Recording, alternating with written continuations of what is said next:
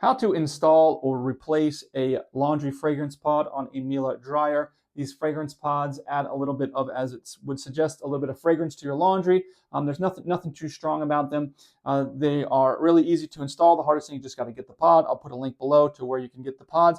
But anyways, what you're going to do is you're going to get the pod and take it out of the packaging, and then you're going to turn it clockwise until it exposes this area here, which will have some aluminum foil on it.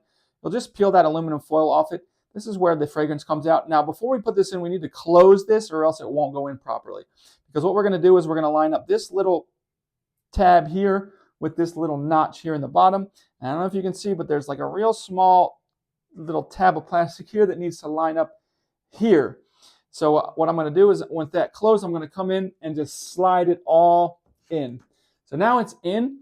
But I don't know if you can tell this, but I've closed it. So now it's closed, so it's not going to release any of its fragrance. So from here, I'm just going to turn it clockwise, and I can have it anywhere from all the way. If I turn it as far all the way to the right, it'll be all the way open. It'll give me a maximum amount of fragrance, and then I can just dial that down. I usually leave mine pretty low because I don't really need that much fragrance. But just have that kind of light fragrance in my laundry is nice.